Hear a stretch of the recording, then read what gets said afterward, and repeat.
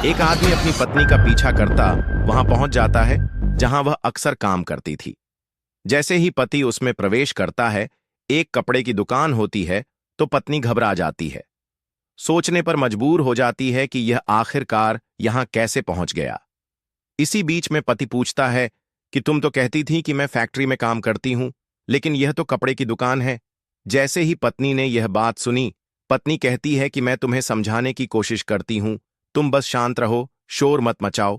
जैसे ही वह शोर मचाने लगता है तो पत्नी को अजीब लगता है। पत्नी कहती है, जो दुकान का मालिक होता है, कि उससे कहती है कि इन्हें शांत करने की कोशिश करिए। लेकिन पति था कि वह शांत नहीं हो रहा था। दुकान के ऊपर एक और दुकान थी।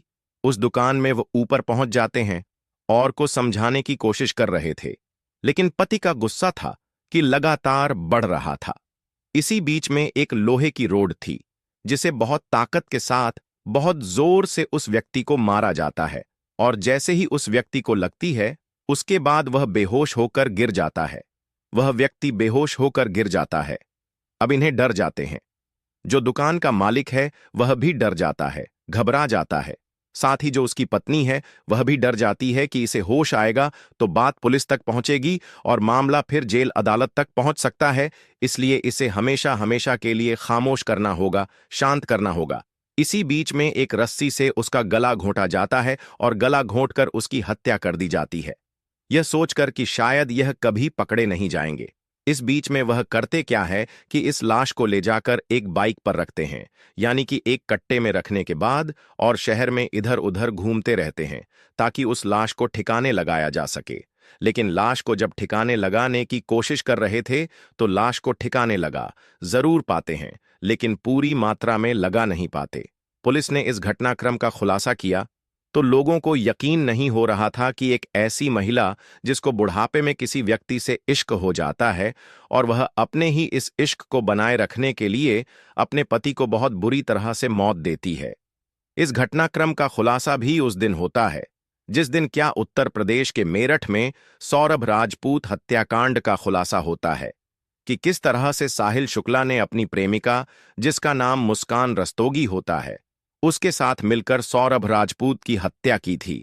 जब इस हत्याकांड का खुलासा होता है तो लोग जयपुर के इस हत्याकांड और मेरठ के हत्याकांड को आपस में जोड़कर लिंक कर कर देख रहे थे कि कह रहे थे कि लोग, अब यह क्या जमाना चल रहा है कि महिलाएं क्या कर रही हैं कि अपने पतियों को किस तरह से बेरहमी से मौत के घाट उतार रही है। नमस्कार साथियों, मैं नीरज विश्वकर्मा। आज की जो सच्ची घटना मैं आपको सुनाने जा रहा हूं, यह सच्ची घटना है। राजस्थान प्रदेश की राजधानी जयपुर का जो हाईवे है, वहां पर एक रिंग रोड है। रिंग रोड के पास ही एक नवे की पुलियां हैं। दरअसल एक वाहन यहां पर आकर रुकता है। जिस वाहन में एक राहगीर व्यक्ति बैठा हुआ था, वह काफी देर से ही कोशिश कर रहा था कि कब वाहन रुके, कब वह इस गाड़ी से उतरे और कब जाकर वह टॉयलेट करे, क्योंकि वह टॉयलेट को लेकर बहुत देर से परेशान था। यह तारीख है 16 मार्च 2025 की दोपहर लगभग 1:30 के आसपास का वाकया रहा होगा। जब गाड़ी रोकी जाती है, राहगीर उतरता है। उतरने के बाद टॉयलेट करने लगता है, और जब टॉयलेट कर रहा था तो उसकी नजर कहीं पड़ रही थी। सामने कुछ ऐसा लग रहा था, कुछ जला हुआ चीज है, लेकिन एक आदमी का सर जैसा दिखाई दे रहा था। टॉयलेट करने के बाद उसके पास जाता है, और पास जाने के बाद जैसे ही उसे देखता है तो उसकी चीखें निकल जाती हैं। अब वाहन में जो उसके बाकी साथी लोग थे वो कह रहे थे कि बड़ा अजीब आदमी है। गाड़ी के अंदर बैठा था तब भी चीख रहा था।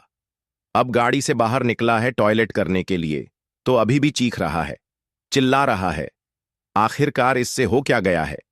कहीं दिमागी रूप से कहीं पागल तो नहीं हो चुका है? लोगों ने जब जाकर देखा तो वह लोग भी चिल्लाने लगते हैं, चीखने लगते हैं, क्योंकि उन्होंने अपनी आंखों से एक लाश को देखा था, जिस लाश की वह भारी मात्रा में जल चुकी थी, लेकिन उसका जो सर था वो काफी हद तक ठीक था। इसी बीच में पुलिस को सूचना दी जाती है, और जो यहां से सबसे नजदीकी पुलिस स्टेशन लगता है उसका नाम है मुहाना। मुहाना पुलिस स्टेशन को सूचना दी जाती है, और यहां के जो एसओ होते हैं, उदय सिंह यादव, वह अपनी टीम के साथ मौके पर पहुंच जाते हैं, और यहां आने के बाद अब जांच पड़ताल करना शुरू कर देते हैं।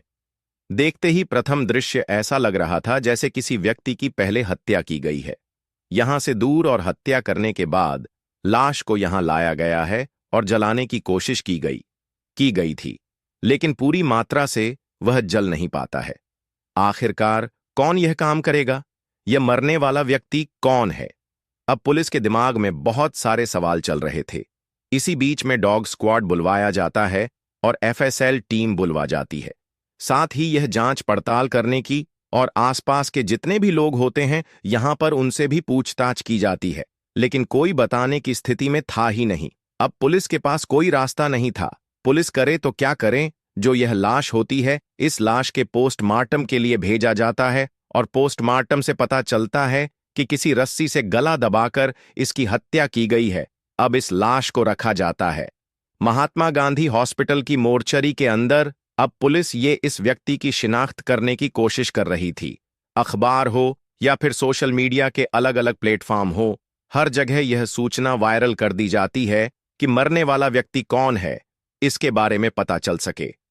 तभी अगला दिन यानी कि 17 मार्च 2025 को सांगानेर का रहने वाला एक लड़का जिसका नाम देवीलाल होता है, देवीलाल थाने पहुंच जाता है और आने जाने के बाद कहता है कि मुझे एसओ साहब से मुलाकात करनी है।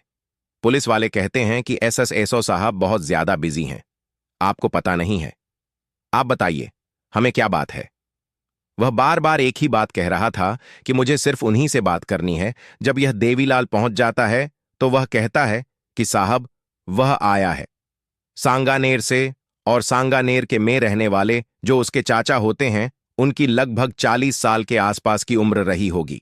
नाम उनका धन्नालाल है। 15 मार्च 2025 की शाम लगभग 4 बजे के आसपास वो अचानक घर से निकल जाते हैं और घर से निकलने के बाद वो लापता हो जाते हैं। ऐसी कौन सी जगह है जहां हमने अपने चाचा को तलाश नहीं किया है? लेकिन चाचा कहीं मिल ही नहीं रहे हैं। उनके फोन पर फोन करते हैं तो फोन स्विच ऑफ आता है। साहब हमारी मदद कर दीजिए। अब एसओ साहब भी सोच रहे थे कि यार क्या करें, पहले ही एक लाश मिली हुई है, ऊपर से ये व्यक्ति आया है। तभी एक सिपाही आता है, कहता है साहब ऐसा लग रहा है कि आप अगर कोई दित ना हो तो जो फोटो हमने वहां हमारे पास कलेक्ट है, एक बार फोटो दिखा के देख लो, हो सकता है कि इसके चाचा हो। जैसे ही यहां एसओ के दिमाग में बात आता है उदय सिंह यादव। वह कहते हैं कि देखो हमारे पास कुछ फोटोग्राफ्स हैं, आप देखकर बताओ कि तुम्हारे चाचा कहीं ऐसे तो नहीं दिखते।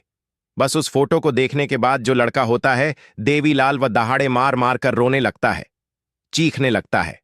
पुलिस समझ जाती है कि जिसकी लाश अभी एक दिन पहले मिली है, 16 मार्च को 1 बजे 30 मिनट के आसपास ये लाश इसी के चाचा की है, जिनका नाम धन्नालाल है, जिनके बारे में पता किया जाता है कि वो महाना मंडी में सब्जी बेचने का काम करते हैं और 15 मार्च 2025 की शाम 4 बजे से वह लापता है।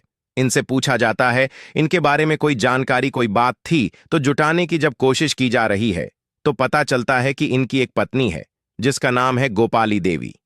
इनको 4 बच्चे हैं, 4 में से 3 बेटियां हैं। 3 बेटियों में से एक बेटी की शादी हो चुकी है और एक बेटा। अब घर पर सिर्फ 2 बेटियां और एक बेटा रहता है और पत्नी गोपाली देवी रहती है। जब यह वाली बात की सूचना दी जाती है, घर पर परिवार में खानदान के लोगों को जब लोग आते हैं सीधे पहुंच जाते हैं मोर्चरी में। महात्मा गांधी हॉस्पिटल मोर्चरी में जब शव था, उस शव को देखने के बाद सबका रो रो कर बुरा हाल हो जाता है और सबसे ज्यादा कोई रो रहा था तो गोपाली देवी रो रही थी और उसके बच्चे रो रहे थे कि आखिरकार हम इन्हें काफी टाइम से ढूंढ रहे थे और यह मिल नहीं पा रहे थे, मिले तो इस रूप में मिले, अब हमारा क्या होगा, हम किसके सहारे रहेंगे, कुछ इसी तरह की बातें थीं। पुलिस वाले उन्हें सांत्वना देते हैं, कहते हैं कि आपको परेशान होने की जरूरत नहीं है, जितनी जल्दी हो सकेगा हम इस घटनाक्रम का खुलासा कर देंगे। पुलिस अब इस घटनाक्रम के खुलासे के लिए कई टीम गठित करती है और टीम गठित करने के बाद यह कोशिश करती है कि कम से कम समय में इस घटनाक्रम का खुलासा होना चाहिए। पुलिस ने उस इलाके के जितने भी सीसीटीवी कैमरे थे उन्हें खंगालना शुरू किया, क्योंकि आसपास के लोगों से बातचीत तो कर चुके थे, वहां से कोई क्लू मिल नहीं रहा था। एक बाइक थी, एक बाइक जो कि लगातार चक्कर काट रही थी। एक बाइक पर एक आदमी बैठा हुआ है जिसने अपने हेलमेट लगाया हुआ है, बीच में कोई भारी सी चीज रखी हुई है एक सफेद रंग के कट्टे में जो प्लास्टिक का कट्टा होता है, उसके पीछे एक महिला है। महिला ने एक बड़ा सा घूंघट किया हुआ है। ये कौन है, इसके बारे में जानकारी जुटाई जाती है।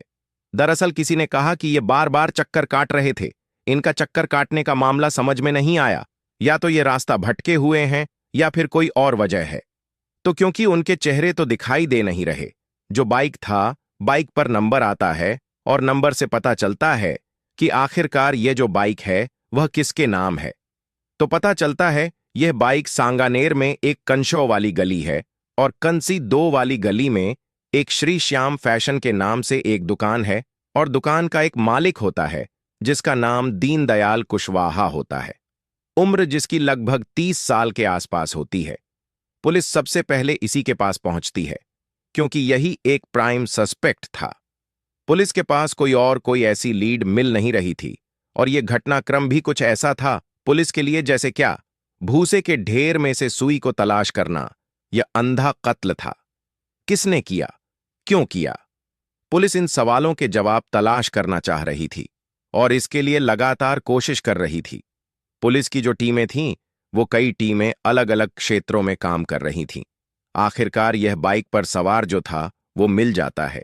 इससे पूछा जाता है कि तुम्हारे जो बाइक के पीछे एक महिला बैठी हुई थी, वो कौन थी, उसका नाम बताओ। तो शुरू में वो इधर उधर की बातें बताने लगता है, लेकिन जब पुलिस उसे सख्ती से पेश आती है तो वह बताता है कि उस महिला का नाम है गोपाली देवी। पुलिस वाले गोपाली देवी का नाम सुनकर थोड़ा सन्न सा रह जाते हैं।